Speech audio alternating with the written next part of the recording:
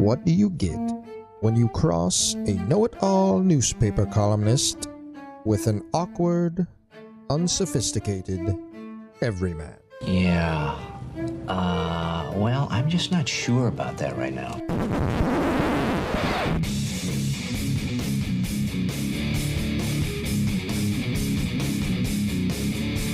Welcome to Couch and the Roo. Welcome to Couch in the Roo, presented by Pure Options Precision Crafted Cannabis. If the Tigers ever get above 7 runs in a game, Pure Options is here for you. If you spend $40 or more, they will give you a free eighth of ProGrow, a terrific in-house brand. If the Tigers never get above 7 runs again, and as long as Spencer Torkelson's on the team, I'm not sure that happens. I think Spencer Torkelson may be working for Pure Options to keep this promotion from actually happening.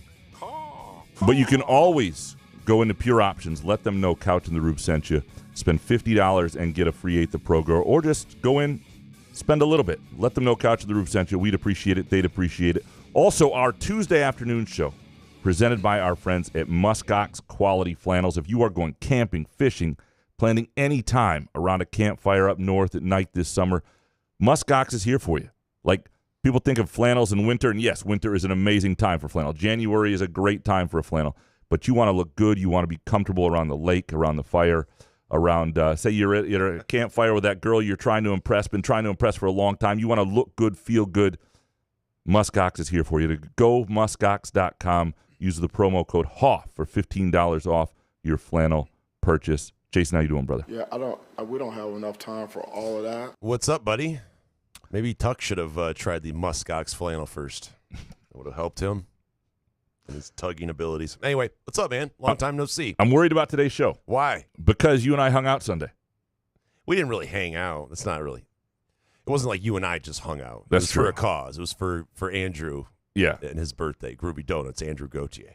Still, I feel like we used some of our good material. We did? No, I don't. It was really interesting to see how, like, you really took it seriously. We played putt-putt. It was Little six Hawk. friends, yeah, alleged friends. Andrew and Monica are friends of ours.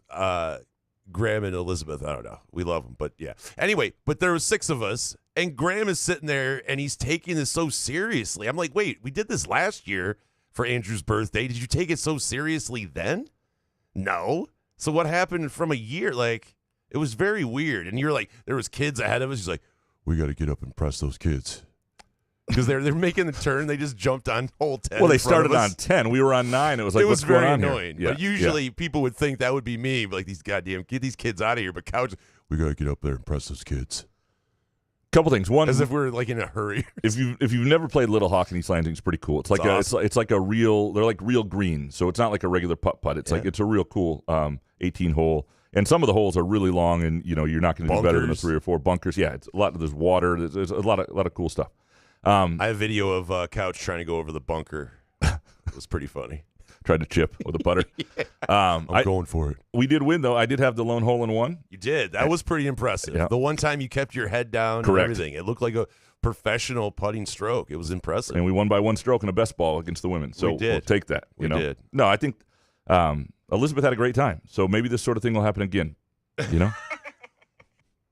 I did tell her that people really love her laugh. Yeah. And she was like, there was trepidation. Like, wait, what? What do you mean they love my laugh? No, it's all good. Don't worry about it. She knows about the laugh. I filled her in. Okay. Because she started listening once and it happened pretty quick. And I was like, this can't be good. Yeah, it's a tribute.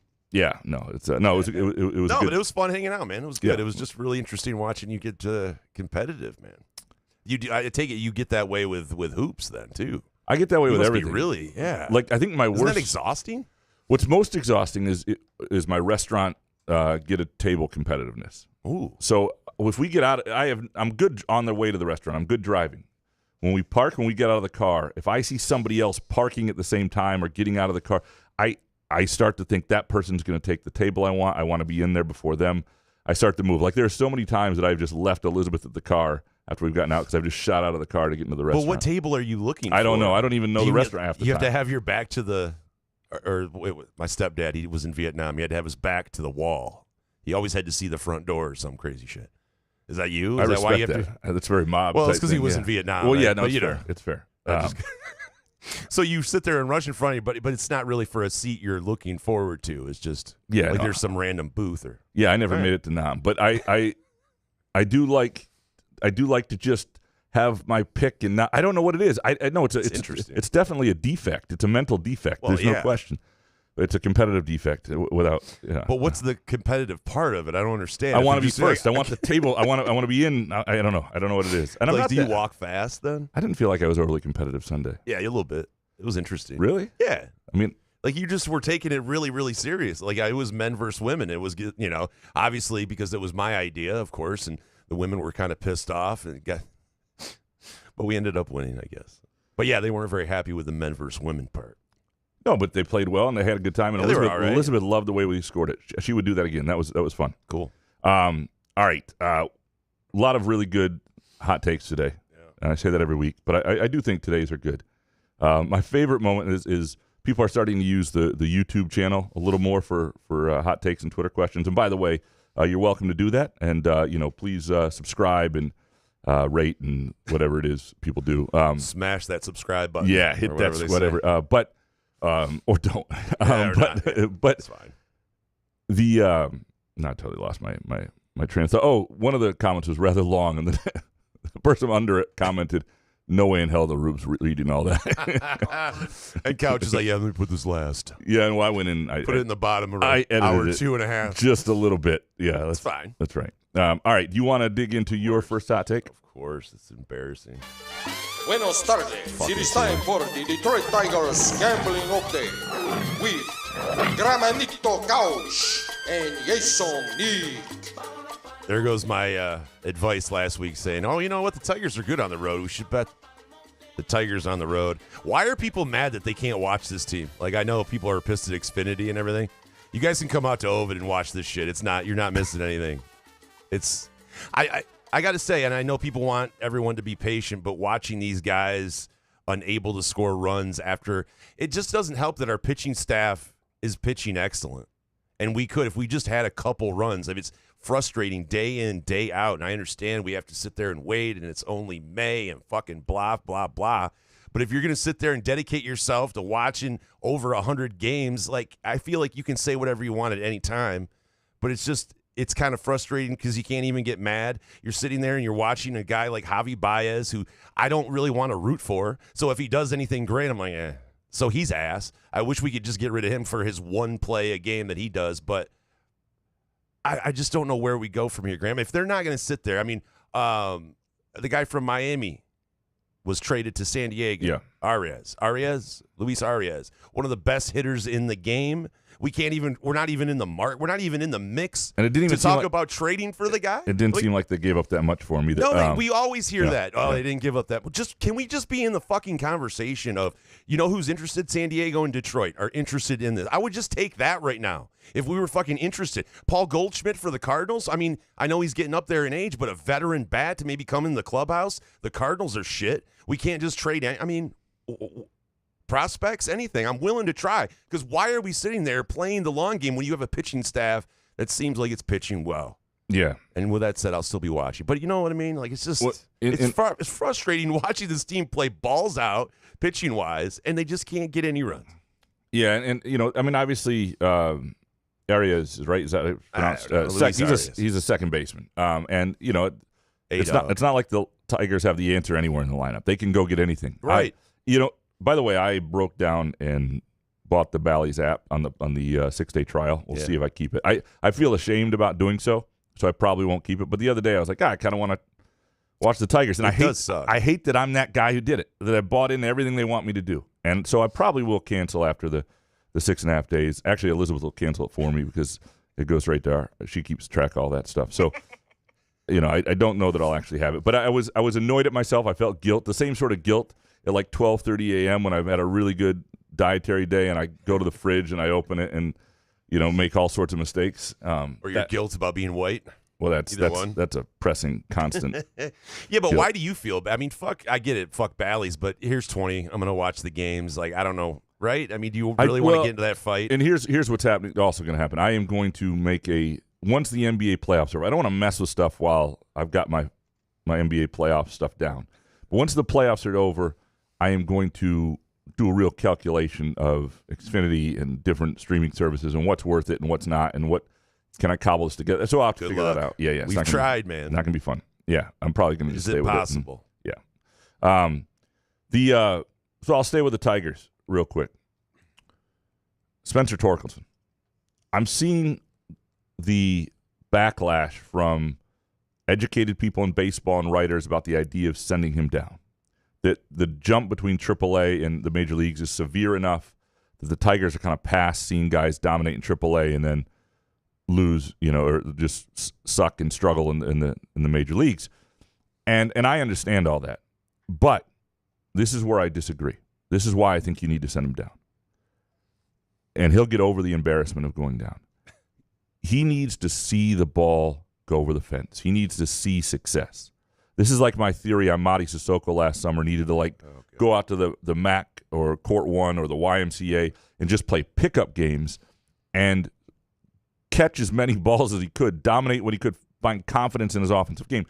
I'm not saying you're sending him, you're not sending him to Erie or down to single A, but Torkelson, before he can get it together, I mean, it's so bad, I think he needs to find himself. I think he's lost mentally. He needs to feel good. He needs to be off the radar for a little bit. Because I agree with you in the sense that, like, one of the frustrating things about this team is they're pitching well enough, better than I thought, to the point that you start thinking this is a waste, right?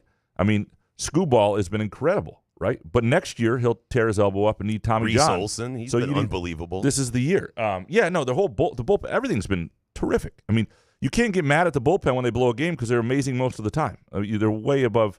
But you talk about embarrassing for Torque, but what's more embarrassing than going 0 for 4 correct with 4 Ks? Just do it off. Go down there and get dude. It happens to everyone, right? Get your mojo back. Except legends and Hall of Famers. But I mean, it happens to other players. Well, this is a big year. The reason to do it now is you're not going to replace him this year. The last thing you'd ever want to do is have Torkelson show up in another uniform in 2 years and be an MVP candidate. You're like, oh, that was dumb. But at the end of this year, if it looks like this throughout the whole year and they're keeping him out of the lineup and he's batting 7th or lower, they are going to have to make a move to get another first baseman. They're going to have to move on. You can't waste years. He would have 3 full years in the big leagues. That at that point, and 2.5 of them are shit. You can't keep going like that. And so this is a key year.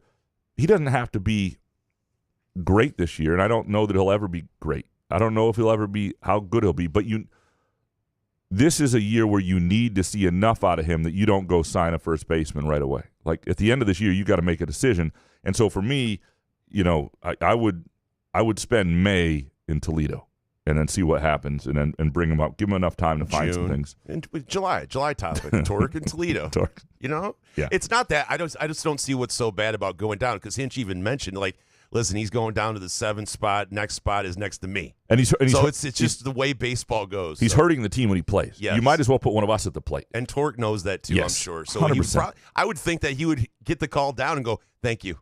I appreciate it. See ya. To go down, hang out, blast some home runs, and hopefully get shit worked out. You know what? And if you don't want reporters coming down to follow Torque, send them someplace it's harder to get to. Send them. Who are they sending? Greg Doyle? Send them to Erie. Anyway. Where did that come from?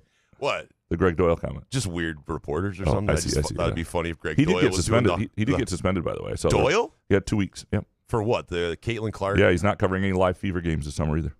Indiana fever. Yep. Jesus. I think that was pretty harsh, huh? Yeah, no, it's and it's sort of a punishment to the paper. He's their columnist. Greg okay? I mean, that's kind of. I don't know. He's banned from games? No, he's not banned from games, but the paper is not sending him to games this summer. Yeah. He's staying there? Yeah, no, he's a big deal columnist. I mean, I think that's an appropriate. That's really. Yeah. Dude, if you're being that weird where you can't go to any fever games though.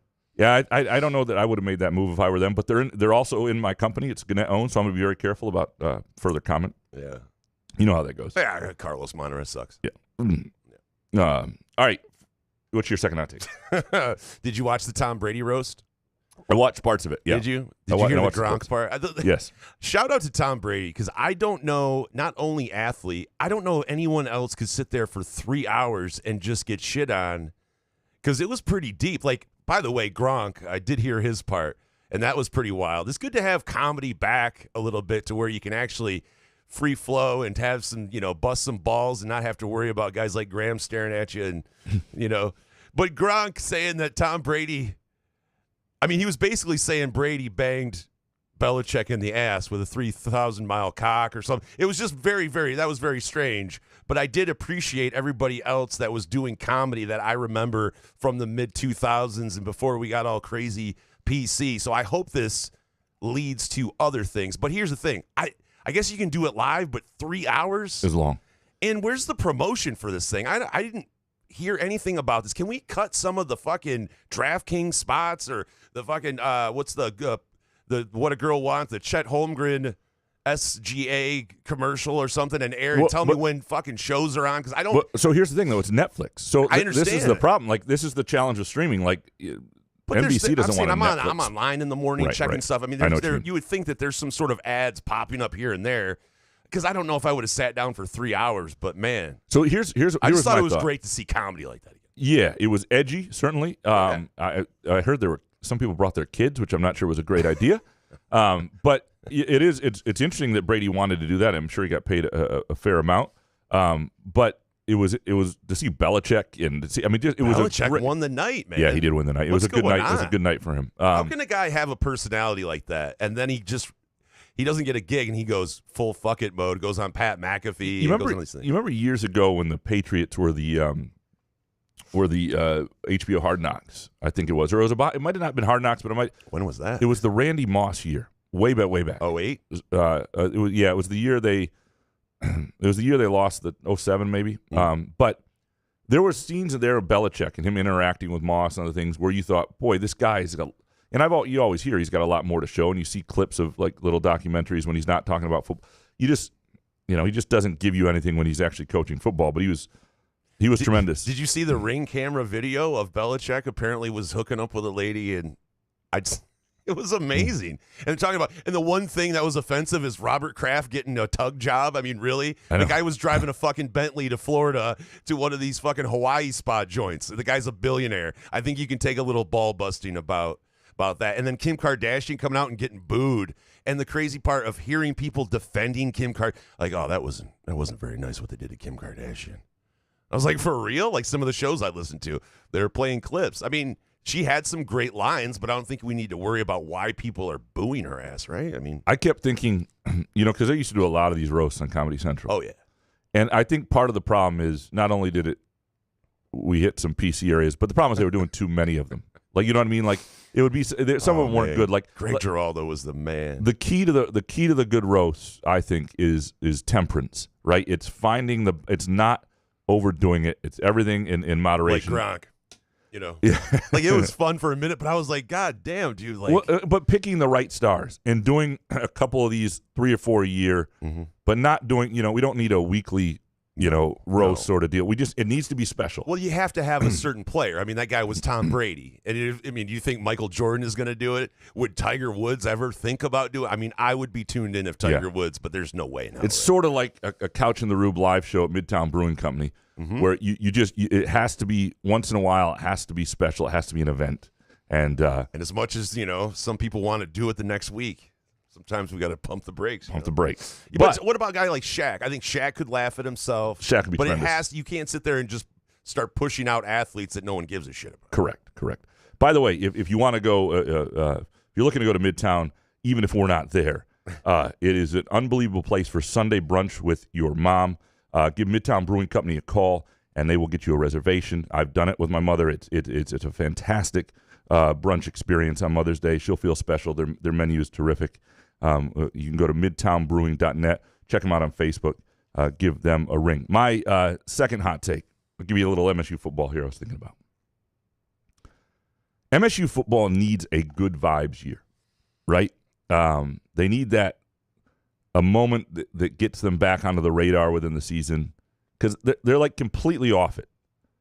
MSU football is a non-factor nationally. Like nobody considers them. Nobody considers them a potential threat down the road. They just sort of there. Nobody's shitting on them like they're going to fall to the depths of Indiana, but they're not. They're completely off the radar. They don't need to win like 8 games this year. This isn't about that.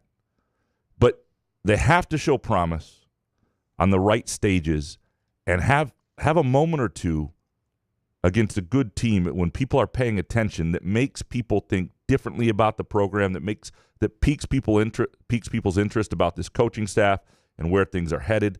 Like that to me, more than anything, you can't fall off a cliff. You can't be a really bad team. You got to win 6 games.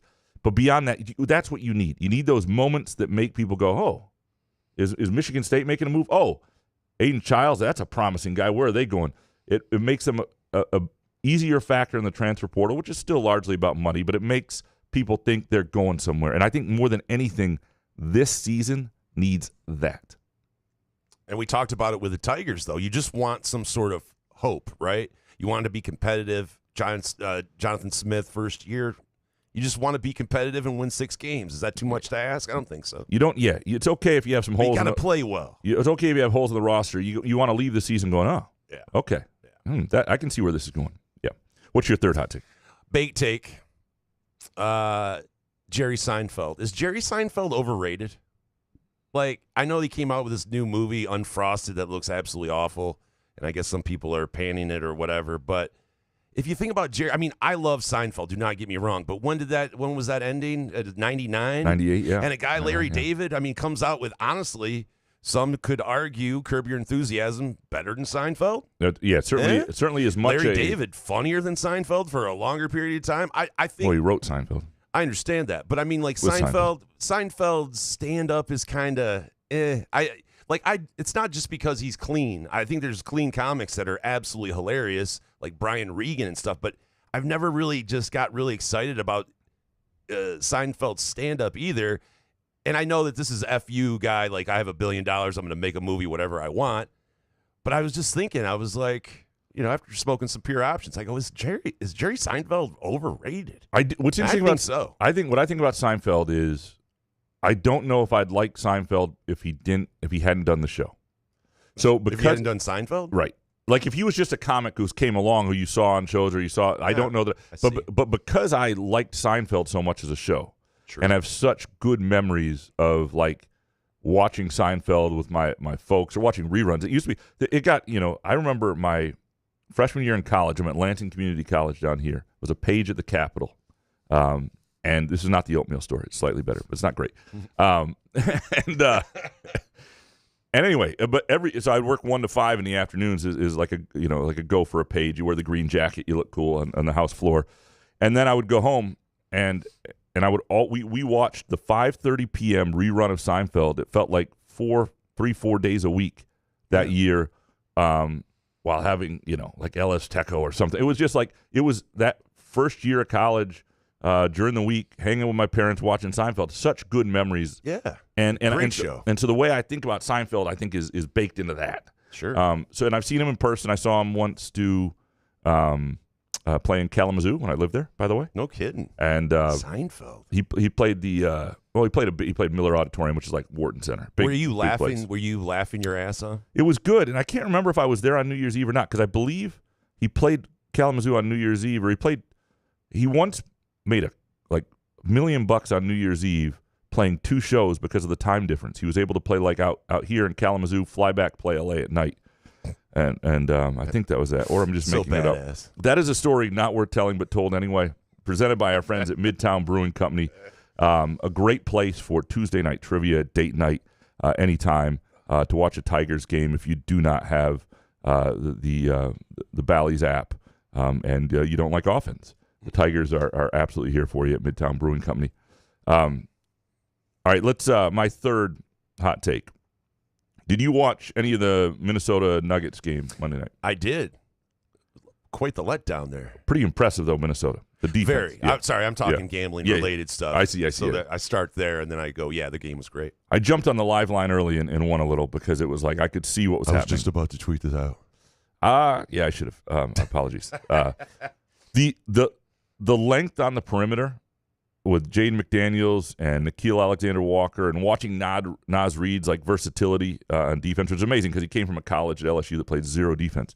And watching the Timberwolves put Jokic and Jamal Murray in like a blender like nobody I've seen. Like Murray, and I don't think he's 100% healthy, but he just can't get anything going. And they're too physical, too athletic, too long. Jokic looks sped up like he has no answers, and he's a guy that people play around. Anyway, it was incredible to watch. glad I have some futures bets on the And Timberwolves. Denver, don't get me wrong, Denver's still impressive. I just think that they're running into like what they call a buzzsaw lightning in a bottle with Minnesota that no one thought that would work. In right? a bad matchup. And with Anthony Towns and Gobert, but yeah. But it got me thinking about the Pistons. And it got me thinking about Osar Thompson. When I watched because when I watched the length of Minnesota's perimeter players, I started thinking about the value of Osar and how, to me, next to Cade, he is probably the most intriguing and important piece on the roster right now moving forward because of that defensive versatility and what he might be able to do. And I think I really think now he's probably never going to be offensively a top 3 guy on a championship team, but if he is like your 4th dude and you can develop that, like that is a real piece. But it also got me thinking That's what you're thinking about watching the game last night? A little bit. But also got me thinking about Jalen Duren and what he isn't and what he needs to become, because defensively he is not great. He's not a great rim protector.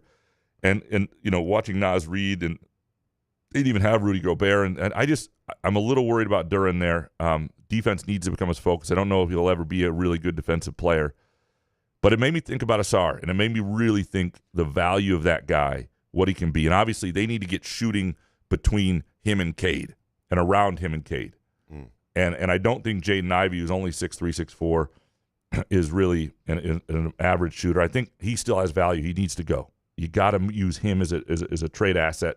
But anyway, that was when you're thinking of the Pistons, do you ever think of the owner and his fat head just bouncing in your brain and thinking, oh, we're 5-10 years away? The Detroit ownership right now is so frustrating. Oh it's just unbelievably frustrating. And it's not just we need a scandal. Well, and it's not just for Illich, Chris Illich. Let's get a scandal. Something where he has to sell the team. Yeah. Because Chris Illich, obviously, it feels like, and we never hear it, but I would love to know what he has actually said the salary cap is, what they're allowed to do. Because it feels to me like, and I guess we're going to find out pretty soon. And then ask him, do you enjoy watching your pitching staff pitch their balls off and then having 1 run, 2 runs? Well, and I think this year is a better free agent class as well in baseball, and like it's very clear now that you need to go sign a couple bats. And so it'll be interesting to see what they're willing to spend. But yeah, it's Gores has not been great. And then the fact that, Illich and Gilbert Gores and Gilbert, 2 of them screwed up the MLS team to Detroit. I wish Grand Rapids would step in and just take it from Detroit, somehow get that happen. But I don't know. Yeah, it's very frustrating. All right, let's dig into these listener hot takes. Yeah, man. Eric Schultz up first. Hope year, not an expectation year. Geez, OPs, Graham. You're not covering flipping Iowa. How about this? If the unknowns are so plentiful that we can't have any expectations for this MSU basketball program in an era where you can add talent quicker than ever, the head coach has done a terrible job constructing the roster. Yes, to some degree. Now, here's what I would say, though, is you can't just – like if you're the Michigan State, you had 2 roster spots. There's fair criticism and doubt to be had if they don't use the last one to get a somebody who can help in the interior. 100% fair. But that's all there was. You're not going to run guys out of the program. And so to say that you can just add talent throughout, like some of the discourse on the transfer portal of Michigan State is, look what all these programs are doing with all these transfers. Why isn't Michigan State? Well, going in, they had 2 spots available. They filled one really smartly, I think, in Frankie Fiddler. The other, they may or may not be screwing up. And they might be screwing up, and that's absolutely fair. But that's all it is. It's one spot they're potentially screwing up. It's a big man, and that's it. Now, but the hope versus expectations criticism is clear. I was just, trying to give my vibes take there, Eric.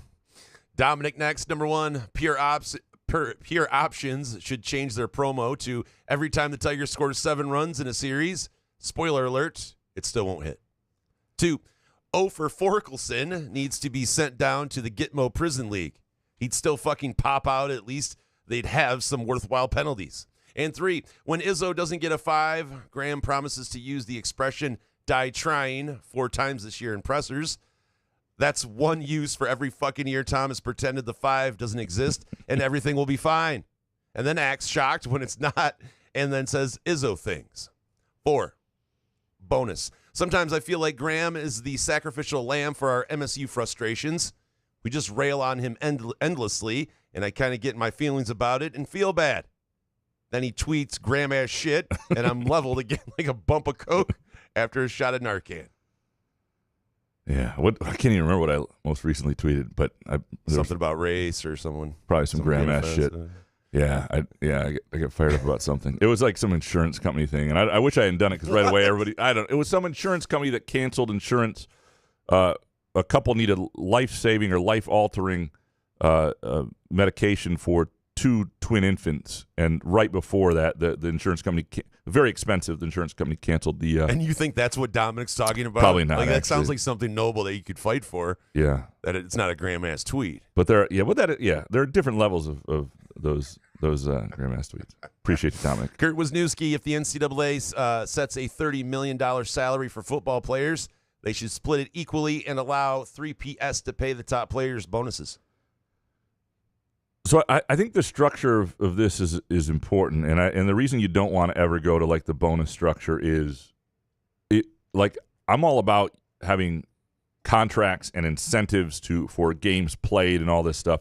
But if you want to see locker rooms ruined and you want to see infighting and teams falling apart, have college guys knowing they need to get to a certain amount of carries, or if this guy starts over me, I don't get my money, and it's going to get uglier and shit at that age and that level, and you just. And for coaches, it would get hard to deal with. I don't think you can actually have top player bonuses for performance. Now, you could do it for signing bonuses. I think that's a whole different argument for sure. And I think you will with NIL still. But you're talking about the in-house stuff, and who gets it and what would get complicated. But this is all getting complicated. Spartan 18770 next. It is no longer worth investing time and money recruiting high school football players in skilled positions. These players can be had in the portal. Let some other school develop those guys. Rather, coaches should concentrate their recruiting on the offensive and defensive line. I really like this take, and I think there's something to it, especially the offensive line.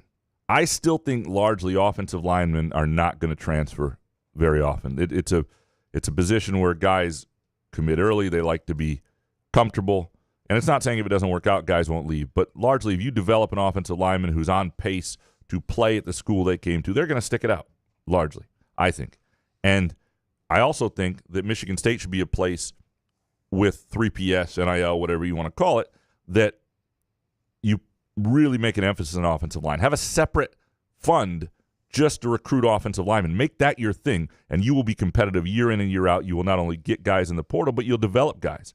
And you'll keep guys. And the defensive line is a position where it's such a, just like the NFL, such a marquee spot, defensive line, quarterback, things like that, that those guys are always going to be lured in the portal, and you need to have enough money to keep them. But you do have to put time into recruiting them because you can't win without them. But the offensive line, to me, is a position where you can circumvent the portal a little bit if you do it right. Ethan Douglas next. It sucks losing talented players to the portal, but there's only 3 guys that could have left and made the team significantly worse, and they all stayed. Childs, Jonathan Kim, and Jordan Hall are the only 3 that individually have the ability to change the outcome of games. Sure. I mean, collectively, you lose enough in the secondary, you lose enough. It can make a difference, and you never know where. But I agreed that Jordan Hall would have been a huge loss, and I think a little bit of a guy who bought in, who's an important factor and leader, and he was a big get. Childs, obviously, and Jonathan Kim, you're right. He is one of those guys you talk about, and maybe the NFL will want him, but if not, sue for unlimited eligibility, Jonathan. Just stay, pay that guy, and have a kicker. Travis Maynard next. MSU fans are tripping over the loss of Tyson Walker. He was elite, yes, but every team is different. Last year was built around him and maybe focused too much on him. This year's team will be taller and more athletic at the 2, 3, and 4. Will be better at both ends of the court. Market. There is. This could happen because you're right. Every team is different, and teams. The thing you need is guys. You need somebody who can create their own shot, preferably a couple people. And you can have teams where you don't have a star. And that works, but then you have games where nobody's really on, and it's a problem. You need some guys who are consistent bucket getters. But I do think there's a chance that they are, while different at the 2, I think there are things Akins will be able to do that Walker didn't, just physically. And weren't they focusing on Walker because of Hogard and some of the times at games that he would disappear? And and Walker was banged up to the point. I really wish that it would have been interesting to see a Tyson Walker year if he had not gotten banged up. The way he was playing, averaging over 20 points a game, the way he was playing on both ends in like early January, it was first team all Big Ten stuff. It was like I'm a little surprised he didn't get a NBA Combine invite, because I still think he is, while very undersized for the league, one of those guys that I would be curious about as a backup guard who could. He's obviously got the quickness. I think he can defend. He can shoot. I mean, he'd be a ball handling point guard. But I would think he's got an outside shot of sticking on a roster if he shoots it well enough, because I think he can run the one. But yeah, no, there's a chance they're better. Every team is different. You're right. And there are teams that, I covered a team in Kalamazoo that lost its best player, a guy who was putting up 38-40 at the end of the year before, and David Cool, a former Mr. Basketball. And the next year, they won more games with some really good players who were also kind of out to prove that it wasn't just him. And so sometimes, spreading it out. And I think you're right. The 3 and the 4, certainly they have a chance to be better. And maybe at the 1. Nestle's Quick Hotel next. We're heading towards the norm, being the only expect a player to commit for about a year, then play it by ear. You'll start hearing recruits say very specifically, I'll be playing next year at blank. Everyone is committed to the portal. Yeah, I mean, that's what sucks. It's like you got to recruit freshmen because they're sort of the base of your roster, and I think if you recruit enough of them, you'll keep enough of them that you still have to do that. But and the percentages will start to get interesting, and they'll start to come out. Like the percentages of freshmen who signed with and beyond committing. I mean, committing and then signing and then playing. That's a whole other step. But that even signed with a school that wind up playing 3 years someplace. Once we get to the anytime transfer 3 years in, I think that will be really interesting data to see, because it also could be scary data. If not as many guys are sticking, if you're getting to like 60% of guys over a 3-year span are in the portal at some point, I think that's a problem, and not just for players, not just for the sport, but in terms of recruiting resources. And also, a lot of this is about college football works because of interest. And if it gets to the point where fans realize that there is a less than 50% chance the guy who signs with them is going to be on the team in 3 years, people will cease to care about signing day. They will cease to care about a lot of the offseason stuff. I'm telling you, if the data comes out and shows at some point that this shit just isn't worth it, that's not good. Spartan Dog 97 next. Once an athlete enters the transfer portal, they should be disenrolled from their classes. You leave the team, you leave the school. That's kind of mean. I don't think that. I mean, it's still Why college. Does that mean? Well, I mean, if you could say you're not on scholarship anymore. That's fair, because you were there to play. Your scholarship ceases as soon as you get in the portal, although you're almost done with the semester. Because also there are all sorts of APR rules. Although I don't know if any of that will matter. But yeah, but if you're an employee, right? If you sit there and you go, I'm out of here, then you got to go. Well, you shouldn't be allowed to sign up for the next semester, but like if you should be allowed to finish your few weeks of classes. Can we get some rules? Just a few? I'm not a rules guy, but there are some rules. But if you don't like them, you just sue and you're done with them. Oh, that's the thing. It's a great system. Skylar Verdon next. Hate to do it, but I got to call out some MSU fans. If you're an MSU fan who stayed consistent on your portal stance, one way or the other, I don't have a problem with it so long as you are consistent in your stance. But if you are celebrating every transfer portal player we got from Oregon State, but are now crying the death of college football, I need some punctuation. Because we're losing transfers. Spare me. You can't have the good without the bad. Well, yeah, I mean, but I think people are always, yeah. I do think the celebrations are less. They're pretty muted. I'm about to say, do people know what they're celebrating? Yeah, when guys come in, it's like, like even the guys who trump up every, signing. And I'm not knocking this, but if you're like, there are people on social media who every time Michigan State gets somebody, and even sort of within the media, who big get, great job getting this guy. This is a game changer. What else? Even some of those people, a guy committed who was a defensive end from Cincinnati the other day, Trenton Gillison's brother. And it was just like retweets and people going, Gillison's brother here, donuts. Like there's no energy. People just know he might be I don't think he's a great player anyway, but it's also like there is that's whatever. We'll see. There's a we'll see mentality. People don't want to hear it anymore that like this was a big get. Maybe there are a few big gets out there to be had, and once in a while they'll pan out, but it's really tough to sell. But if you say that, happens. though, people are going to perk up, though. If you say it's a big get, even if maybe it's not. Yeah. No.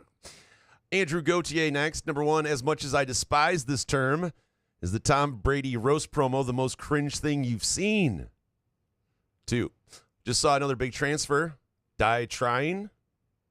And 3, people who point out everything your small business isn't donating to when you make a donation are ass. Dude, ass. People are fucking ass. My God. It's unbelievable. That's pretty horrible. It's really scary that these people get Yelp reviews and people actually base whether or not they're going to go to a place with asshole people doing Yelp reviews. I'm always really nervous about that. I will only do positive ones. You have to really screw it up. It has to be like a personal affront to me for me to do something what negative. What would it take? Well, it took, once we were staying in Marquette and the people wrote a negative review of us staying there. Where is this review? I will see if I can find it. My wife would not be happy. Are you serious? They had just reviewed you guys. It was some sort of, they had commented on their own thing, whatever it was. They had just started renting out this place, not the place we usually stay. It was a condo downtown, really nice spot, overlooks the Dock and all that stuff. We kept, my wife, Elizabeth, she is somebody who will, we leave places in good shape. That is like a must. We would not get in the car if it was not spick and span. If it had just been me, I leave whatever review you want. Fuck, I don't know. Rappers. Yeah, it could have been anything. Yeah.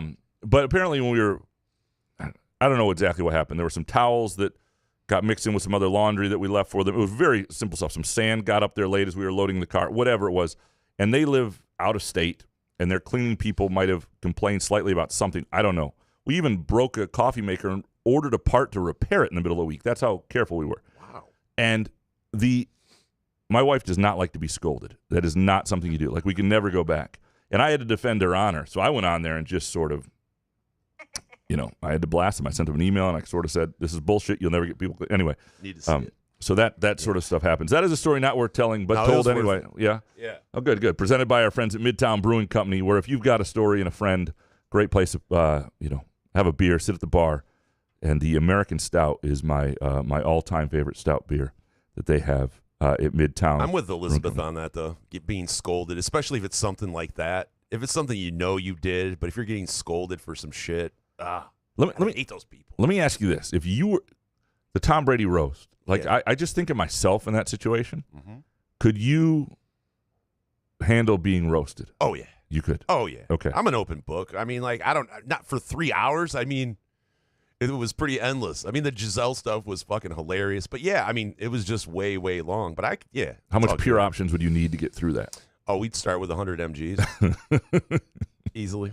I mean, if you're going to sit there and just be roasted, I'm going to laugh my ass off. I don't know. As long as it's funny. Like I said, it's just the Gronk thing. And he's just talking about Belichick banging him in the ass. It was just weird. So we need to get a promo code from Pure Option for people who are about to be roasted. It may not be one that's used often, but if you are going to be the subject of a roast, go to Pure Options. Or if, just your family and your kids roast you every night, Pure Options is also here for you. Go to pureoptions.com and check out their locations. Lansing, west side of the state, east side of the state, Mount Pleasant.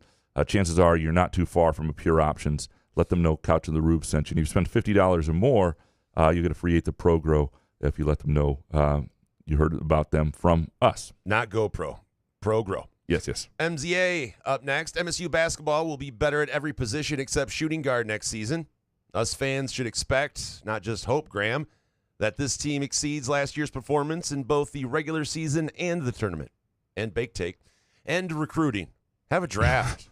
Conferences take turns picking players into a pool that their teams then draft from. Contracts signed, and the players get what they ask for to be treated like pro athletes. Oh, and trade deadline is conference play. College ball is dead.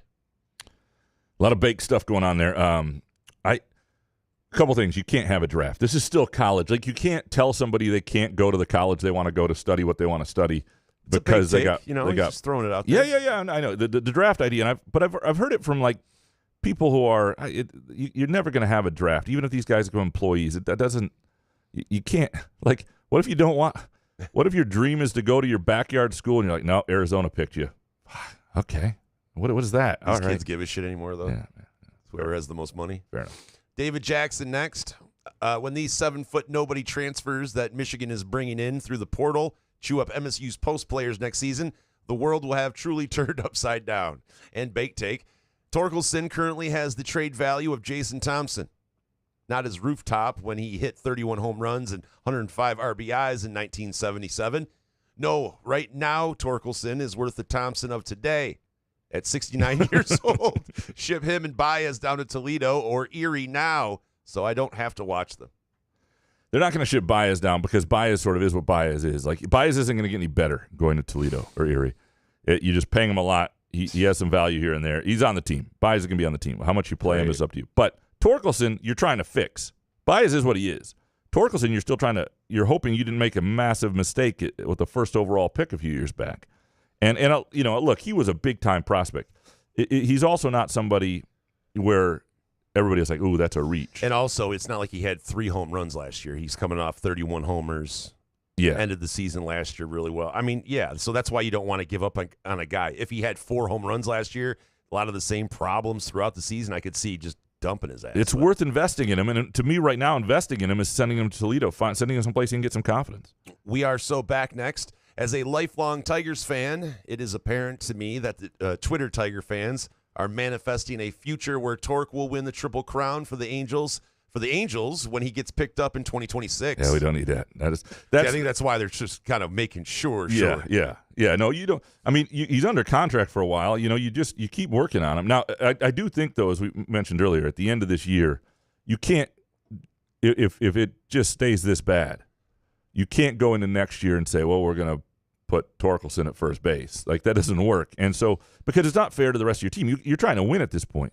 I mean, if Torkelson, like, if you look at what Riley Green is doing and how good he is legit. That was a great pick.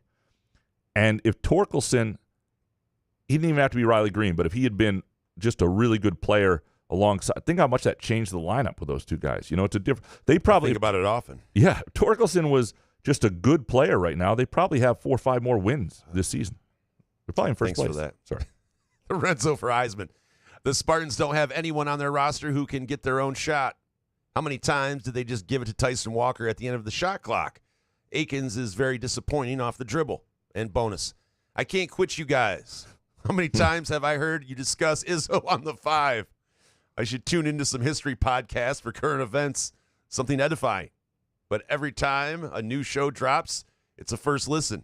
You guys are too damn entertaining. Good work. Appreciate you, Lorenzo. That's very nice of you to say. I think about that often, too. Like, man, I should probably listen to something like educational. Yeah. Something that provides value to your brain. Yeah.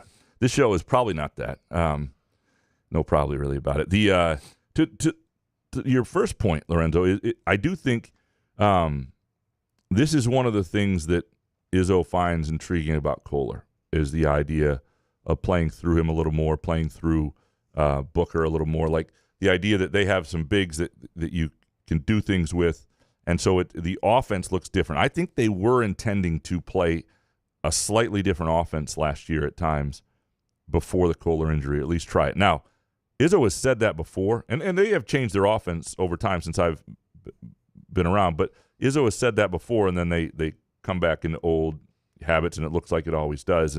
And so I'm not saying I trust it, but I do think that's one component that they could be thinking about. But I also think that, and obviously every team is different. Like if you've got a guy in Jeremy Pierce Jr. who creates for you off the point guard consistently, that can be a different type of end of clock situation. I do think Jaden Akins, though, off the dribble needs to be better for this team to be what people hope, not expect it to be. Sunshine Spartan, streaming services are worse than old cable. When it was cable, only hit with one charge. Now you have 5. And then if you also have cable, you have 6, and one is really large. It sucks. It's. But yeah, but see, the thing is, if we watch live sports, and last night I had the Tigers game on and then the basketball game, right? So then I turned to the basketball game to see how far behind the second TV was, because that is the streaming TV. Okay. The top is the cable. It's just insane. Yeah. Like how they were like 3 plays behind. And I can't do that, especially if I'm watching football. I can't watch it that delayed. Yeah, no. So they have me. Yeah, I know. And we stream cable, which helps. It's not quite as far as behind as the other, but it's still it's helped me get. I'm okay with it. I'm used to it. I don't do a lot of like, if you're gonna live bet, you got to do it at a media timeout sort of thing. You know what I mean? Because otherwise, the situation has changed. Yeah, it sucks. And yeah, no, there's no doubt this is not a great situation. We are much like the 3PS NIL bullshit. I don't mean bullshit because it is but.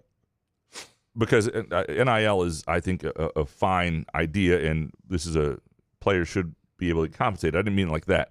But much like the transition there, where this is not sustainable, this is not what is going to be in a year. The cable, we're headed back towards a streaming bundle of sorts, and we'll see where we're at. What exists right now will not exist in 2 years. Eric Schreffler next. MSU's non-revenue sports are in better shape than they ever have been. Does that bode well for our football hire and future hoops replacement? And bonus, I am completely disinterested in who is in the portal. I'll wait to know who is on our team, and then we'll roll with the actual team. Yeah, I think that's increasingly the way it is. And look, as somebody who doesn't want to deal with certain aspects of the offseason in college sports, like I can't imagine writing about every portal entry and signing. I don't mind it. There was a day back in the day where, if you covered these teams, you were like a school teacher. You disappeared for a while in the summer, or you did some project, or you did something else, and maybe you weren't serving your readers because there was this interest. I'm not saying it was perfect, but I would be A-okay if it was like, hey, May 1st is here. We'll see it in August. And we just did other things. We read a book. We listened to podcasts that actually gave nutrients to your brain. And, again, not this. We said, May the 4th be with you. Did it all. To Uper next. Let kids major in athletics. Classes on coaching theory, leadership, management, and personal finance. Games and practices are equivalent to lab courses. Make it like an honors program where only some can qualify. Varsity athletes can then have paid jobs on the team. Athletes can opt out and still study chemistry or dentistry or whatever. But then the non-pros graduate with valuable skills to become coaches, trainers, agents, marketing, etc. This would eliminate the sham of pretending student athletes are just regular college kids, but still aligns with the university mission of preparing kids for future careers. I don't hate a major in athletics. And they still have some of that. They have master's programs in sports management. But yeah, you're right. You could have something that, whether that was looked at later on in life for those athletes, like a general studies degree at the University of Michigan that used to be famous or whatever it was. That's a whole different issue. But I do think schools are going to have lots of decisions to make, and it's not just about how this all ties into athletics and themselves, but on what they want to fund, and how they fund sports. Michigan State, for example, is a athletic department that's solvent, that funds itself, but football does the bulk of that lifting. And if you're going to pay players and you've got to come up with $20-30 more million, where's that going to come out of? And there are going to have to be decisions made on the value of offering certain sports at the university level, I think, at a lot of places. And there's a lot of big decisions coming down the pike. Jay Riemenschneider next. I think it's just diehards that are affected by an NIL transfer realignment. We may be less inclined to watch or care as deeply, but the millions more who don't follow recruiting and sports news 24/7 and only watch games will still be okay, and that's fine by the TV networks that own our sports. Maybe. Two things here. One, I do think you'll see less watching if there's less interest. I do think there's a trickle down to that, don't you? I mean, if people are less interested in the offseason, at some point there will be less eyeballs on the actual college football games. Well, you would think so. Yeah. But the diehards that do follow the recruiting stuff, yeah. I mean if you lose that care, I don't care about it. I go into a season Yeah, well, no, you're right. The same way every not year. everybody will lose it, and it's not like you're not going to like football. The NFL will be there for you. Mm-hmm. It'll be interesting to see what happens. I do think like people watch different sports different ways. We talked about this with the NBA before. I listen to several NBA podcasts. I like them. I like the off-season discourse. I like the in-season discourse. I watch very little in-season NBA basketball, but I watch the hell out of the playoffs. And I think there are a lot of people like that, and that seems to work in terms of interest. And I would watch the playoffs regardless if I paid as much attention probably to the podcast and everything. So it's a good question. I don't know. It's weird that you listen to the podcast during the season but don't watch any games whatsoever. Yeah, I mean, because I know what you're saying, because there's a lot of drama in the NBA. Yes, off the court. So the reality it is interesting. Show. Sure. And I would and I should preface, if the Pistons were good, this would be different. If the Pistons were a team that were in the hunt for things, I'd probably watch 20, 30 Pistons games a year, and that would be different. But that's not the case right now. Alan Pearlstein next. The portal isn't football. NIL isn't football. Conference realignment isn't football. Network and streaming service exclusivity isn't football. I just want to watch football. I'm done following this shit until late July when players start playing football. Yeah, and for a while, here's the thing. This isn't an immediate thing. When I talk about change of interest, it's not like, your interests don't change. You may be turned off by certain things, but you still love football. You love what you love. You've been into it for a long time. It's about over time, do you see your habits changing? It's about the next generation. Do they never get into it as much? It's a 20-year and that's part of the problem is I don't think people are thinking as far in advance. If you tell me you don't care in August, then my eyes would perk. Be like, oh wow, that's college football could be in trouble. I worry. Like every year, I have a sort of a check. Like every year, I worry in June and July, and even definitely in May, that I'm done. That I don't want to do this anymore. I'm serious. Like I've never wanted to be a 12-month-a-year journalist, but beyond that, I just start to, I've covered the same team for a long time, covered the same beat. Now I really enjoy it, and I enjoy the fact that it's. The fan base is as into football as basketball, and they're two things. Like I don't think I can cover the same thing all year round. But every August, I'm ready to go. Every August, I'm interested again. I find the Moneyball fun in July. The cycle of Michigan State sports always still gets me. But I always do fear that year where it's like I'm sitting in a press box on Labor Day weekend. I'm going, I don't want to do this again, because it starts a pretty long 8 months. And like that's the fear, and it's too late then. You're in. But like so that. I think is there ever going to be a year where you're like, man, I don't know if I care as much, and you won't know it, I guess, until you're there. DMB next. Number one, NIL could work with a salary cap, show publicly the money received, and only allow one free transfer. 2, this era of college basketball should elevate a team like MSU and Izzo, who refused to pay players or cheat in the prior era. He could buy a contending roster each year. And bonus, Rube did well on Locked On Spartans. Maybe it's time to quit your day job. You did do well, man. It was good. It was good. It was yeah, it's a great show. I had fun. Sheehan does a nice job. Yeah. It's crazy. Dude does it every day. I know. Every time 5 days a week, right? Every time he reaches out to me, he's like apologizing because I don't want to reach out too much. I'm like, dude, I've been there in the 5 day a week. I know what desperation looks like for content. As someone that would reach out to you guys when I did the Schuling report, remember having to. It's like shit. Talking to these guys like every week, they'd probably hate me. It's the least favorite thing. This show would not exist if we were like a guest-driven podcast, because like the idea of like bugging people for their time is my least favorite thing to do. And the reason the show is fun is that, and asking a guy like Harry, who's at a fucking Bruce Springsteen concert every once in a while, but at least he's a regular. Yeah, right. That's what, yeah, right. Yeah, right. Harry's a regular, right? And so, but yeah, you and I interacting with listeners, that's a lot of fun for me.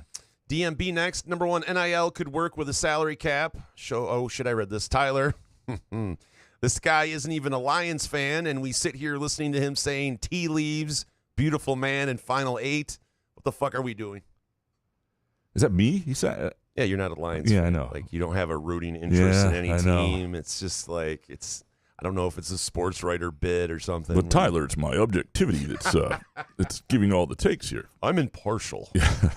I go to a game and I leave the game and I just put it behind me. I mean, I'm watching the Lions most weeks. I'm not watching other teams. I'm watching the Lions. I mean, I watch other games. Yeah, like you the sit NFL. there like Sling Blade on the edge of the bed, just staring at the TV, or do you cheer once in a while and go, "Fuck yeah"? Well, if I, dude, that's like the greatest feeling ever when your team's awesome. I'm not knocking it. I'm jealous of it. I wish I had it.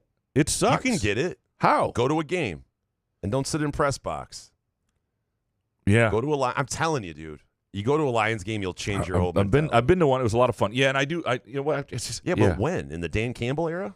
No, it was. It was not that long ago. It was well, like then what just does that have before to do with this team now? The current. All right, that's fair. I will go to a game. I did go to a game in '97. I will go to a game next year. And no, Elizabeth. Couch in the room. Elizabeth enjoyed tailgate. the heck out of it. We will do it. We went and saw the Rams. I think it might have been the Stafford Super Bowl year with the Rams. It was either that or the year you went before. to the Super Bowl? No, but I went to the Rams played in Ford Field. It was either that year or the year before and beat the. That was last year. We beat them in the playoffs. Yeah, thanks. I do. No, I wish I had that. And like if Pure Options had a drug that could just make you. Oh, they have one.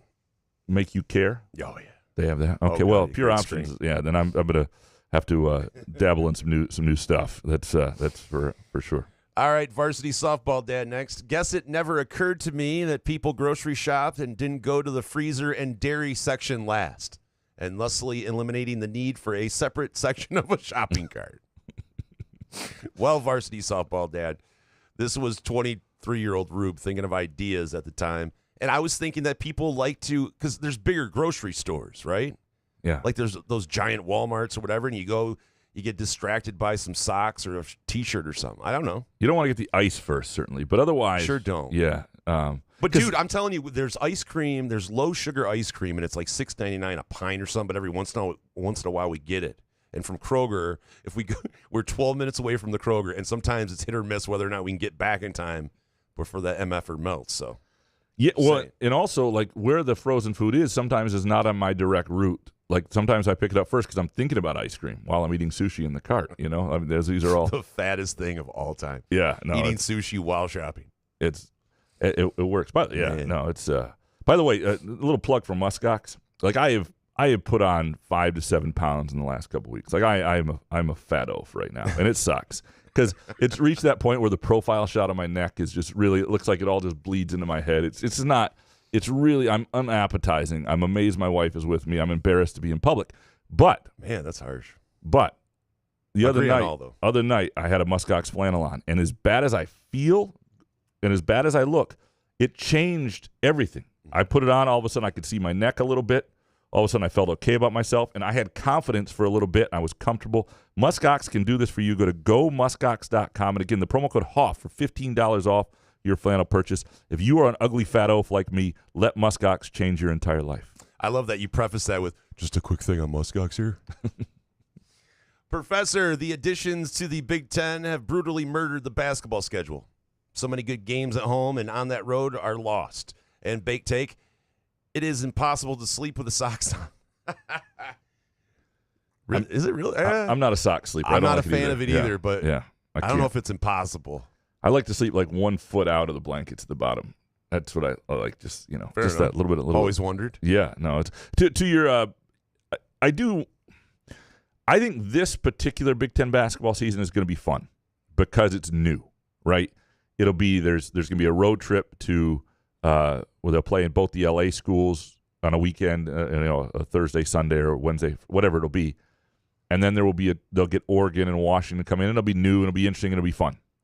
I do think over time that a lot of the not getting to see teams, because now it's much more likely you're only going to play a team once, and so you don't get to see Illinois that year. You don't get to see Purdue, whatever it is that you used to look forward to at Breslin. I think that is. I don't think it's great, and I wouldn't if somehow football breaks off in any way, shape, or form. My dream for everything else, including basketball, is that we would go back to regional leagues that really made an awful lot of sense. We also missed Ryan Schultz's 2-up. Sorry, Ryan. Ryan Schultz, I grew up in Okemos and live in Traverse City. Pretty sure if I met Graham in person, he would look right through me. That's right. You shit on Traverse City last show. Yeah, if I knew those two facts, Or there's Ryan. no doubt. Yeah, no, it's And Okemos' ass. I mean, it's... Traverse City. Traverse City is the Okemos of the North. No, I'm kidding. Yeah, I mean, Traverse City's okay. It's just it's a little bit overrated relative to the other places around it. If because you're going of to the Cherry Festival? No, well, Traverse Festival's overdone. Yeah, it's over. But if you're going to Traverse City, go to the places around it. You can use Traverse City as your base, but just don't spend your time You're there. telling me a festival where they celebrate just a cherry is overdone? Yeah. Oh. Fart Soup next, number 1. The Rubes tornado invention will get picked up by scientists at MIT, and in 5 years, revolutionize tornado science, and in 25 years, there will be no more tornadoes. Rube will go on to win a Nobel Prize for tornadoology. This I love. This would be incredible. I spearheaded the movement. I have to admit that. It would be one of those things that, how did this actually happen? Well, let me tell you about this guy in this podcast. What man was stoned out of his brain and looked at a tornado video? Thanks, Pure Options. Gavin up next. Graham, I don't expect you to have any clue on what's going on. I give Jason a little more credit. But this Drake and Kendrick Lamar feud is crazy. It's like if Graham and Solari started beefing one day and Graham dropped 4 episodes of Spartan Speak calling Solari Eeyore. I would pay to hear that, yeah. I actually have a friend, JR, who he's deep into this, and he keeps sending me stuff, and he's like, thoughts? He like texts me, thoughts? Like I woke 7 this morning, thoughts, send. I don't know. I got behind, and now I'm too far behind. I've never liked Drake, so anytime anyone can shit on him. Kendrick, I did hear a lot of it, and it's pretty impressive what Kendrick. I see. The thing is, I just don't understand a lot of the background shit. Like, yeah, you know what I mean. Like they tell you the lyrics of it, and I'm like, okay, I still don't know, but yeah, it makes it fun, right? Like rap. That's what rap used to be. Like, you're coming out with just diss tracks and shit like that. Yeah, no, I don't mind, and it seems like it's a feud that's not going to end in gunshots, which I like too. As Drake's bodyguard just got shot at his house this morning. Did he really? Yeah, or last night. Oh, did I miss that? Jeez, I apologize. Every time I hear the name Lamar, I just think of Les Mis because there's a character Lamar. Jesus. All right. Some dude next, Jason. I have often had the thought that we should be able to vaporize a storm cloud, perhaps not a tornado. Bonus. I have to combat an anti-pork take with a pro-pork take. The pig is the finest animal of all to feast upon. Bacon, ribs, an array of sausages, pork tenderloin, city chicken. You can smoke them all. Come on. The pig rivals a donut. I do like a good pig. I'm sold. Yep. Some dude's right. Yep. 100%. You were anti-pig? No, I was not anti-pig. Why would I be anti-pig? Said there was some sort of anti-pig or... No, I wouldn't. Yeah. Pro-pig? Do I look like I'm anti-pig? Big John Hogg next. Too many casuals play golf. Waiting for the twice-a-year people to hack around sucks and kills any good vibes. It was better pre-COVID when courses weren't busy. Speaking of golf, what would it take for us to get a decent team? We have good individual talent, but not a great team. And bonus, there's a better chance of Hondo's Africa story coming back than there is Izzo getting a transfer center, and I would be over the moon with either happening. And baked.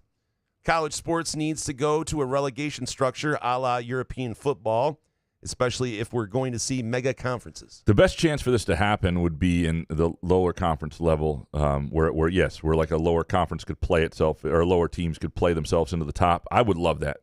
If we were ever to go to a super conference, I would love the ability for there to have, there would probably be some teams that were safe, and because that would be the only way they'd agree to it, but where you would have the ability for 4 teams to come up, 4 teams to go down, and I don't hate it. It's not going to happen, but it would make it really interesting, because the thing that relegation does for people who don't understand it in European football, where you have, like in the Premier League, the bottom 3 teams drop down a division the next year, the top 3 from the previous division go up.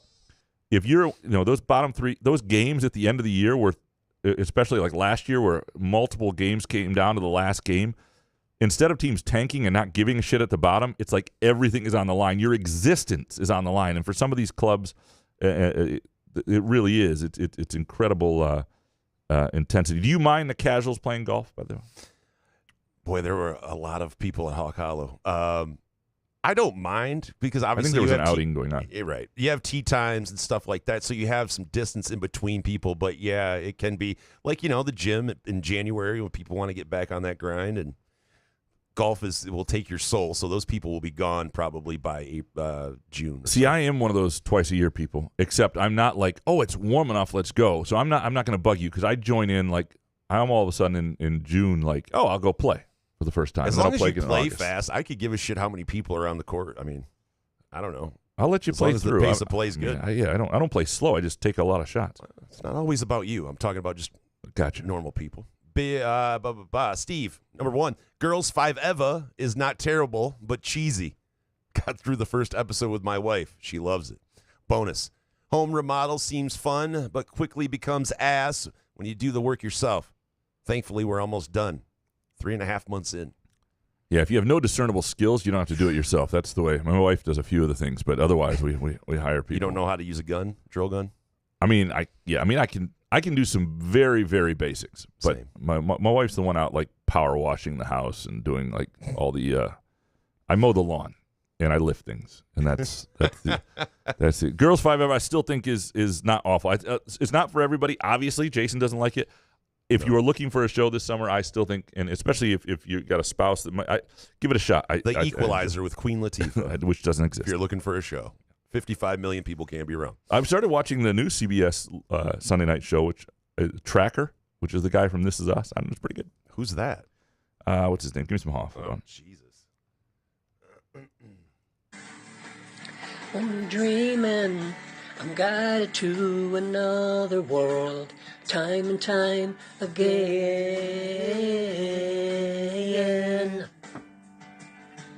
At sunrise, I fight His name to is stay Justin asleep. Justin Hartley plays Coulter Shaw. Oh, thank God we solved that problem. Yeah, you're welcome. Original Dark Antonio Graham, you say you like various sorts of takes and questions sprinkled throughout the show and that there is no favoritism, but people hate being near the end of the show because you guys seem way less engaged, and Jason is already 20 minutes past his tap-out time. It does happen sometimes. The key is not that it's at the end. The key is that the show is not too long. Right. Because, and we've discovered this, if the show is under 2 hours, our energy stays up pretty much throughout it. It's almost like the 2 hour mark. I can just hear it in Jason. He's done. But if we can get like an hour, 45 minutes or under, it really doesn't matter where you are on the show. There's a lot of energy. It's good. It's the post. Yeah. But it's just repeating the same sometimes. Yeah. Yeah. But takes, I understand original. Fair enough. Put him first. Sparty on 1973 next. So Couch is tired of all the Brad Holmes praise, but apparently has no problem with the over year-long fawning over Caitlin Clark, acting like she invented the sport. The true definition of the Great White Hope. Well, no, there's no doubt that her whiteness plays a role in winding up in Indiana, and not for me, but in her popularity. So does her style of play, the shooting and all that stuff. I mean, it's the Steph Curry-ness that she has to her game. That I think it's a lot of people crazy like. what she has to go like day in, day out of like the interviews, like not just Greg Doyle, but just like of others. There was some other instance of, I'm just like, every day you got to go to this practice and there's going to be people asking you stupid shit. Yeah, no, it's unbelievable. She handles it pretty well. I do wonder God, when is she going to have a moment where she's like, all right, enough of this. Enough of this. Cut her some slack, I think. Let's take a really quick break. We come back. We will dig into the rest of your hot takes. Some really good ones toward the end, and we will have lots of energy for them. Couch in the Rube, presented by our friends at Pure Options, Precision Crafted Cannabis, and our Monday show brought to you by our friends at Muskox Quality Flannels. Hey, sports fans, are you tired of the same old routine? Looking for a way to unwind after a long day? Look no further than Pure Options, the premier destination for all of your cannabis needs in Lansing, Detroit, Muskegon, and Mount Pleasant. Whether you're cheering for the Lions, Spartans, or the Wolverines, Pure Options has everything you need to elevate your game day experience. Mention Couch the Rube when you visit Pure Options and get a Pro Grow 8th with a $50 purchase. It's our way of saying thank you for being a loyal listener. Swing by Pure Options today and elevate your cannabis experience to a whole new level. Firekeeper's Online Casino and Sportsbook is the site to play. From your phone, tablet, or laptop. Get in on all the football action with pre- and in-game wagering. There's showdowns every week in football that you can't miss. Plus, the college and pro hoops are red hot, and the pucks are cool. Get your first casino deposit and sports wager matched up to $500 each. Terms and conditions apply. Must be 21 or older and located in Michigan. Gambling problem? Call the Michigan Problem Gambling Helpline at 1-800-270-7117.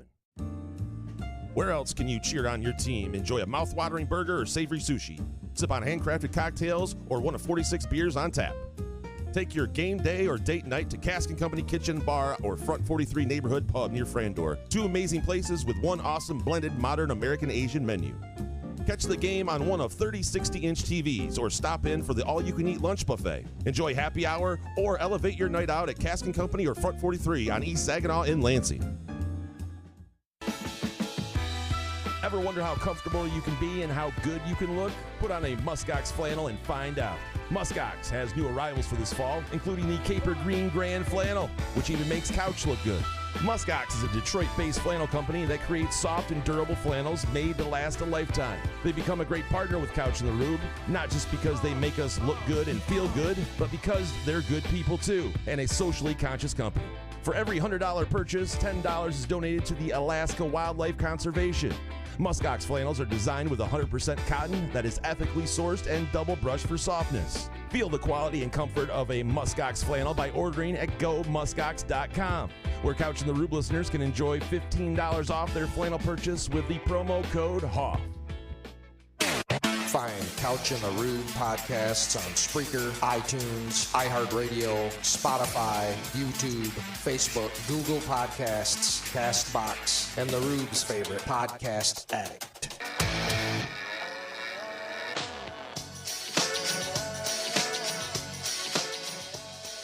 Couch in the Rube, presented by Pure Options, precision crafted cannabis. Go to pureoptions.com, find the location nearest you. And if you spend $50 or more at a Pure Options location anywhere in Michigan, let them know Couch in the Rube sent you for complimentary Eighth of ProGrow. And our Tuesday afternoon show, also presented by our friends at Muskox Quality Flannels. Always a good time for Muskox.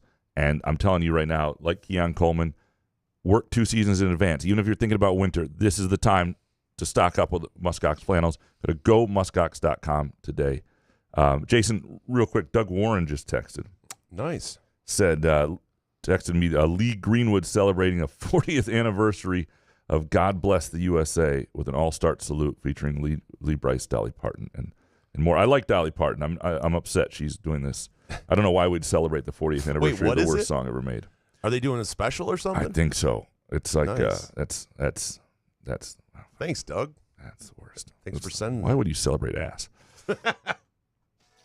Oh. Are we ready? Yeah, sorry. Oh, sorry. I hit the wrong button. Eric Smith, Spencer Torkelson is useless. I know he's young, but he is a bum. Bonus. Following the transfer portal is not fun. It's a shame they couldn't have found some way to regulate this before it got chaotic. And Bake Take. The Lions go 5-12 next year because they are the Lions. Okay, never mind. That's Eric, you know what? You were just about to win a gift card. Too. It's unbelievable. Yeah, it's unfortunate. No, that would be if the Lions wound up. First of all, I don't know why I preface that, but one of the good things about how good the Lions are is there's zero chance of 5-12 without some sort of disastrous year, right? Like disastrous injury year. Goff is hurt. Yeah, something bad happened because they're actually good. We know it. It's not like, oh, last year was a fluke. Your second point, absolutely. And I still think if they had just not had the one-time transfer rule, which is now the anytime transfer rule, in place as an IL hit, and they didn't need to, they could have. You could have sort of figured this stuff out in stages a little bit easier.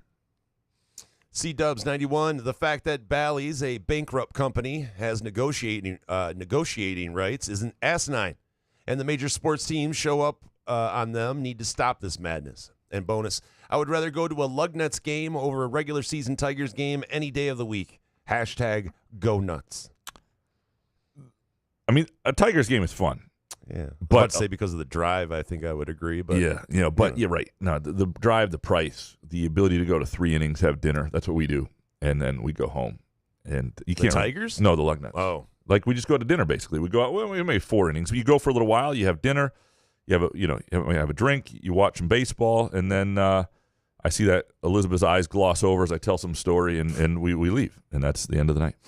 Z-Ruff 19 next. Izzo's program advantages were built on his commitment to his players, player development, player buy-in, and tournament preparation and coaching, all of which are no longer advantages in the 3PS era, as opposing teams are able to acquire better talent and more polished players more quickly.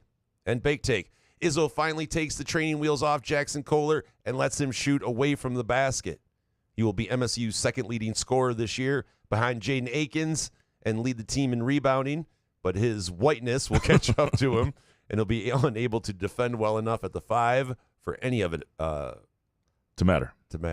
I don't know how baked that is. I mean, there's second leading scorer is probably a bit much, but I coach my team. I am I'm one of the few people still. I don't know, a few people. I think a lot of people are still intrigued by Jackson Kohler.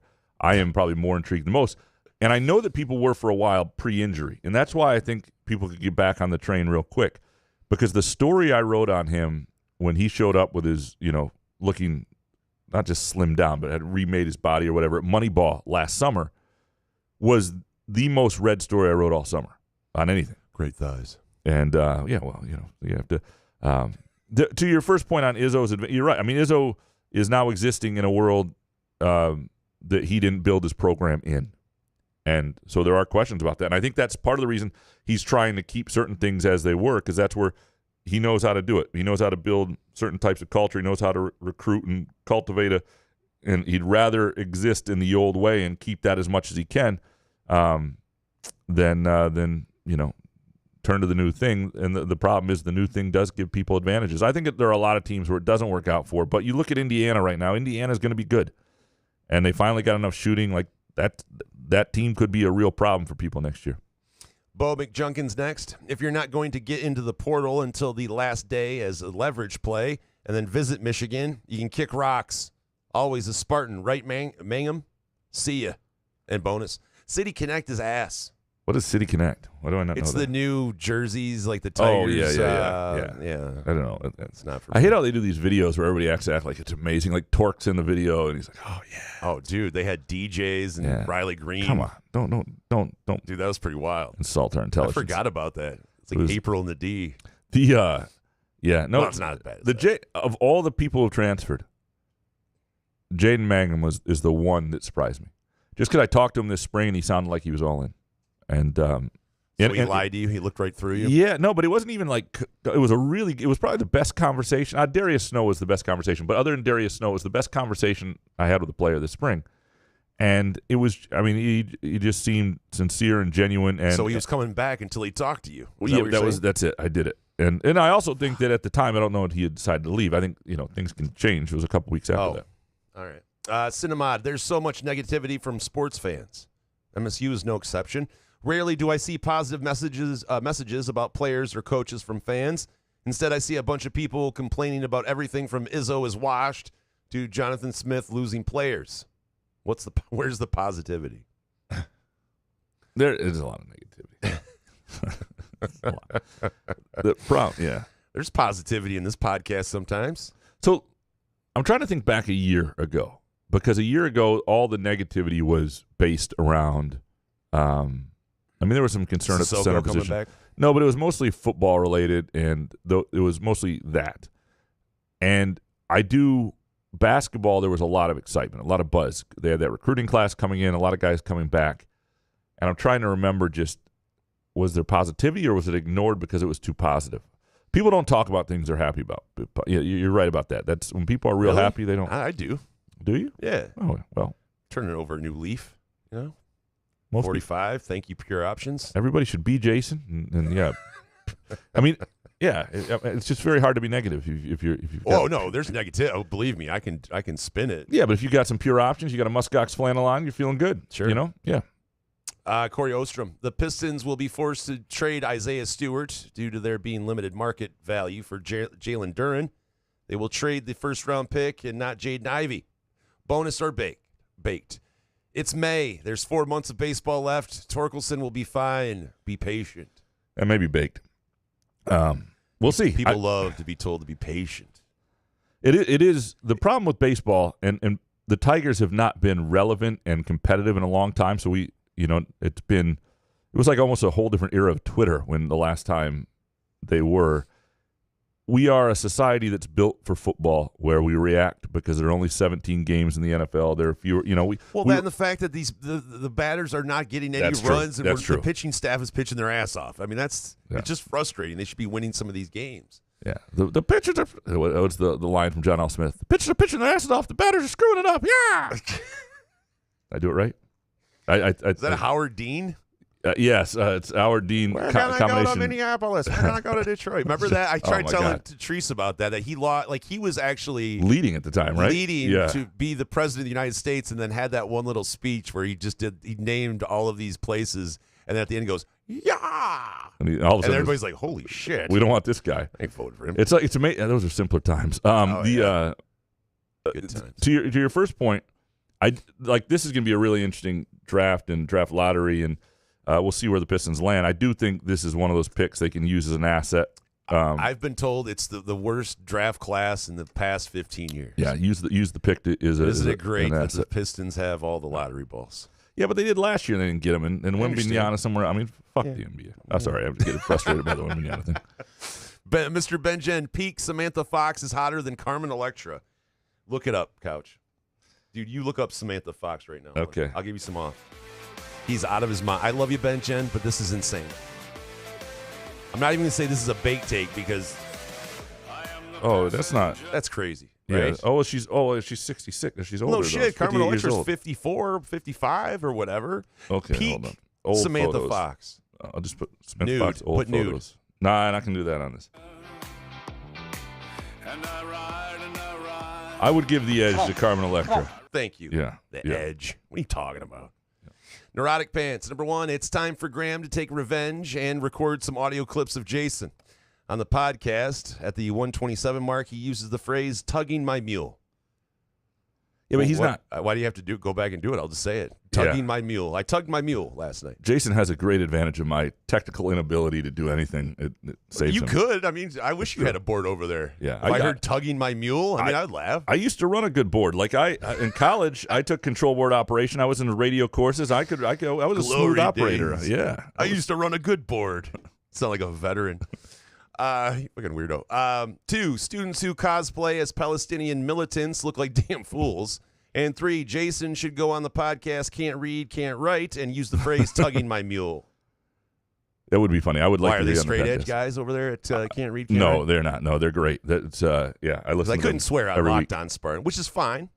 You didn't say anything about saying tugging mule, so maybe next time I go. Yeah, no, but I don't want to get all political. The one thing I would say about the protest is, if you're going to protest something, don't wear a mask. Like just be out in the open. Like if you've got a firm conviction about something, show your face. But if you're going to commit a crime, wear a mask. Wear a mask. Like, how many people Right. on channel6.com do I have to see? Have you seen this person? And they robbed a place without a fucking mask. Yeah. There's not a better time to wear a mask. Totally different. The robberies and the Palestinian protesters need to switch. In terms of their approach. As a former criminal, Right. it offends me. Yeah.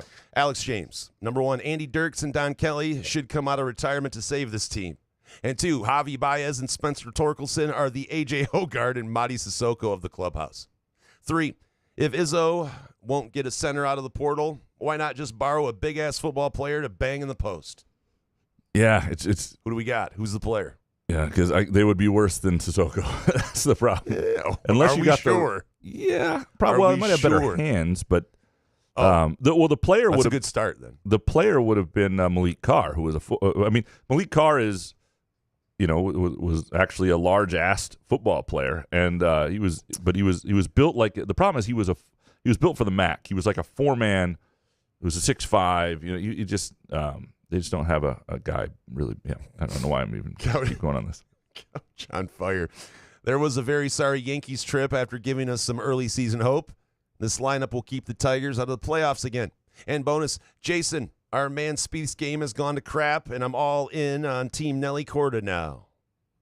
I know he dropped out of the top 20 of the golf world rankings. But Spieth did? Wow, Yeah. that's not great. Yeah, but he's always Spieth, though. Yeah. They'll compete in some majors. To the Tigers' point, one of the frustrating things is before the season, we talked about all we wanted was the Tigers to be playing meaningful baseball in September, right? It wasn't even they had to make the playoffs. Let's have a year where they're playing. What's frustrating about this is it's even hard to enjoy because I do think they'll be playing still meaningful in the hunt baseball in September, but you'll know they don't have the bats to get it done. You'll know they can't catch people because they can't put – when you can't hit, you can't put together like those 7-game win streaks it takes or whatever that sort of – you can't get hot. You can't. They just don't have the guys to get hot. That's what's frustrating. Matt C. next. Tony Garcia tried tearing down the blue wall. Hopefully Wojo doesn't send him to see Dr. Anderson like Bo did his players who acted out of line. And bonus, can we stop overvaluing guys like Derek Harmon and Simeon Barrow? Yeah, they anchored the 2 worst defenses in MSU history and gave up over 100 points to Michigan and Ohio State. Can't wait to see the Peyton Thorne stat lines next year. They are high ego, low output players. Buying into the sayings already, the mantras. Oh, look, I do think you don't want to overpay for those guys. They're good players. They're borderline NFL guys, and they would have helped Michigan State's team. But where you are in the program and you're trying to set precedent, like if people are going to come in and offer them high 6 figures or whatever they're, go ahead, go somewhere else. The Tony Garcia did interview the Michigan AD, 2-parter. Pretty good sit down. And Was it? Yeah, it was good. I didn't read the second one, but I read the first one. Yeah, it was good. I wish he'd asked about the blue wall. No, I'm kidding. Richard Kane next. The bowl game in Tucson is now called the Snoop Dogg Arizona Bowl, presented by Gin and Juice by Dre and Snoop. Very catchy, very snappy. Rolls right off the tongue. If you're going to be a bowl game and stay alive now, you got to bring in things like this. Snoop Dogg. Well, it's a legitimate business. I mean, he Absolutely. has that Gin and Juice thing. Yep. I mean, it can't be any worse than the Cheez-It Bowl, right? Or Snoop Dogg has done, from that era of rap, Ice-T, obviously, with the Law & Order SVU. I'm trying to think who else is in there. LL Cool J still, like when you see him on a commercial, he's funny. But like in terms of staying in the discourse and in the present and being known by people young and old, like Snoop Dogg's done it about as well as anybody. Him and Shaq, whoever their agents are, well should done. be publicized. Hans Jurgen, number 1. Aiden Childs had a great interview on Locked On Spartans. 2, Jason Nick, not so much. 3, I kid Jason. I kid because I love. And bonus, making fun of Jason is not as fun as picking on Graham. Matter of fact, I kind of feel like I dehumanized myself. I look like a loser, not the Rube. Well, you said it's it. okay, man. Yeah, no, it's all right. And Jason can take it. I mean, he even said on this, he wouldn't mind being roasted. He's, Of course. Yeah. As long as it's funny. Yeah, absolutely. What do I give a shit? I mean, really? Would I be like, oh, no, I'm not getting roasted? I told a fucking jail story in the middle of a parking lot on their show. Absolutely. Yeah, sorry about that.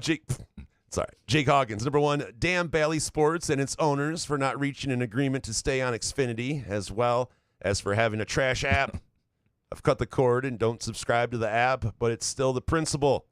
When will the companies learn this needs to the needs of the many outweigh the needs of the few? And 2, after being swept by the Yankees and possibly going to be swept by the Guardians, the Tigers don't look like true contenders, not even for the AL Central. Make something happen at the trade deadline, Scott Harris. Get him some offensive help with a hitter or 2. And 3, I understand gambling is hit and miss, up and down, but I never understood why the Rube always tweeted gambling is ass. But I get it now. I'm 0 for 3 in 4-leg parlays and 3 NBA playoff games. Yeah, those are tough. So gambling 4-leg parlays are pure ass. Don't worry, I promise I'm not in a financial hole. Well, thank God, Jake. And I would say start with that. Of the many, I've had a lot of dumb bets, but I would stay away from 4-leg parlays in the NBA playoffs. Those are going to be hard to win. If it's over plus 250, just I don't know. To your point on when our company's going to learn the needs of the many outweigh the needs of the companies are going to be greedy. I do believe, however, and I am not a perfect visionary of business, but I do believe that a lot of companies underestimate customer service and valuing making people feel good and their experience and how that keeps loyalty. I work for a company in Gannett where you call Bangladesh and you try to cancel and you can't do it, so you email me and I have to find somebody to help you do it. I mean, that's where we're at. I get it, and there's not a lot of CEOs will tell you it doesn't always pay to have great customer service. Totally disagree, and I think the Tigers could do a lot of good, and so could those Valleys. poor people in Bangladesh that have to hear Los's ass. I want my money back constantly. Poor bastards. Upper Deck Jerk Guy finally here. Number 1, women should choose the bear. 2, NIL is the best thing to happen to college sports. No, really. And 3, there is nothing better than downing a few Pure Options gummies, putting on my muskox flannel and nothing else, and just chilling in the backyard. We appreciate you, Upper Deck Jerk Guy. I don't know what you mean by the bear. Do you know what that is? Is that the TV show? Oh, the bear. Yeah. Okay. I don't know. I don't know. That's a good question. Yeah, it's we appreciate all of you and your many hot takes for producing our show. We appreciate Pure Options. Go to pureoptions.com and check out the location nearest you. Swing on by, let them know Couch and the Rube sent you. We appreciate Muskox quality flannels. It is always muskox season. Go to gomuskox.com. Again, the promo code is HOFF for $15 off your flannel. We appreciate Midtown Brewing Company. Looking for a place for brunch this Sunday with your mom? Midtown Brewing Company is here for you. Give them a call. Make a reservation. You will not regret it. Had a fantastic time there a couple years ago with my mom and might do it again this week. We will be back later this week. We'll figure out exactly the schedule. But it'll be good. Or it won't. But we'll be back later this week. Good show, man. Yeah, man. Couch in the Roof.